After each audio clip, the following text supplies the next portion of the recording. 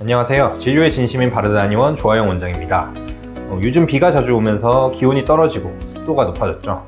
그 영향인지 최근에 감기 환자분들이 정말 많아졌습니다. 주변에서도 요새 다 감기가 걸린 것 같아요 라는 말 자주 들리실 거예요. 오늘은 많은 분들이 흔하게 겪는 감기에 대해 한의학적인 관점에서 어떻게 이해하고 치료하는지 말씀드리겠습니다.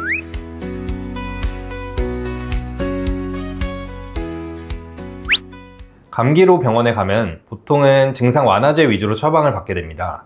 열이나 몸살이 있으면 해열 진통제를, 콧물이나 코막힘이 심하면 항히스타민제나 비충혈제를 사용하죠.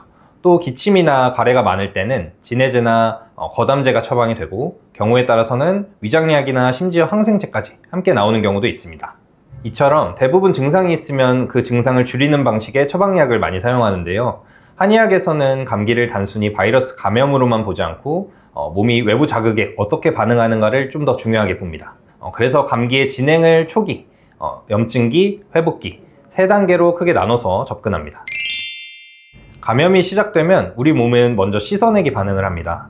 맑은 콧물, 재채기, 묽은 가래처럼 물 같은 분비물이 늘어나고 몸이 추운 듯한 오한이 동반되기도 하죠. 이때 나타나는 오한은 사실 바이러스가 들어왔을 때 면역세포들이 증식하면서 내보내는 화학물질 때문에 생기는 반응으로 몸이 본격적으로 싸울 준비를 하고 있다는 신호입니다. 이 시기 치료의 핵심은 면역세포가 잘 움직일 수 있도록 길을 열어주는 것이에요. 마치 도로에 교통체증이 생겼을 때 길을 조금 뚫어주면 차들이 원활하게 이동하듯 땀을 살짝 내주고 혈류를 원활하게 해서 면역세포가 필요한 조직까지 잘 도달할 수 있게 도와주는 겁니다. 감염이 더 진행되면 몸 안에서는 본격적인 전투가 시작됩니다. 목이 붓고 아프거나 가래와 콧물이 누렇게 변하고 열이 오르는 증상들이 대표적이죠. 이건 사실 몸 안에서 면역세포들이 바이러스와 싸우기 위해 불을 지피는 것 같은 상태입니다.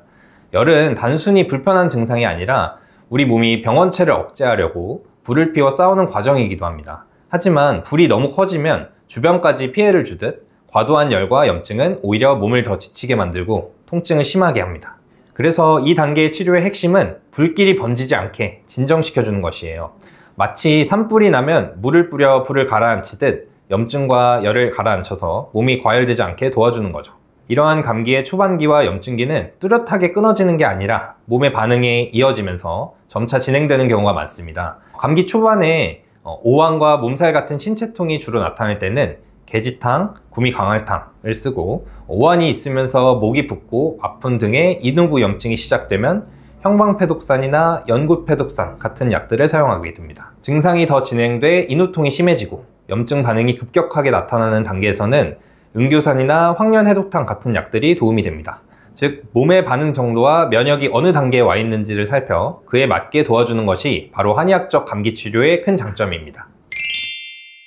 급성 증상이 가라앉고 나면은 감기가 다 끝난 것 같지만 실제로는 잔여 증상이 남아있는 경우가 많습니다. 기침이 몇 주씩 이어지거나 밤에 더 심해지고 쉽게 피로를 느끼는 경우가 대표적이죠. 이건 단순히 감기가 안 나은 게 아니라 전투가 끝난 뒤 무너진 성벽과 지친 병사들이 아직 회복하지 못한 상태라고 볼 수 있습니다. 바이러스는 어느 정도 물러갔지만 손상된 조직이 아직 회복되지 않고 체력이 바닥나 있는 상황인 거죠. 그래서 이 시기의 치료의 핵심은 빠른 회복을 도와주는 것입니다. 전쟁이 끝나면 다시 성벽을 쌓고 병사들에게 보급품을 채워 넣어야 하듯 한의학에서는 건조해진 폐를 촉촉하게 하고 떨어진 기력을 보강해주는 약들을 사용합니다. 맹문동탕, 경옥고 같은 약뿐만 아니라 보중익기탕, 팔물탕 같은 약들도 활용할 수 있습니다. 한의학에서는 이 회복기를 매우 중요하게 보고 맞춤 처방을 통해 기침, 피로 같은 후유증까지 관리할 수 있다는 게 큰 장점입니다. 오늘은 흔하게 겪는 감기를 한의학적인 관점에서 어떻게 바라보고 치료하는지 말씀드렸습니다.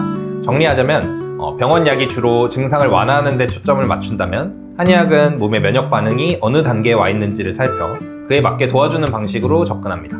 그래서 단순히 열이나 통증을 줄이는 것이 아니라 회복기까지 챙겨서 기침이나 피로 같은 잔여 증상까지 관리할 수 있다는 점이 큰 차이이자 장점입니다.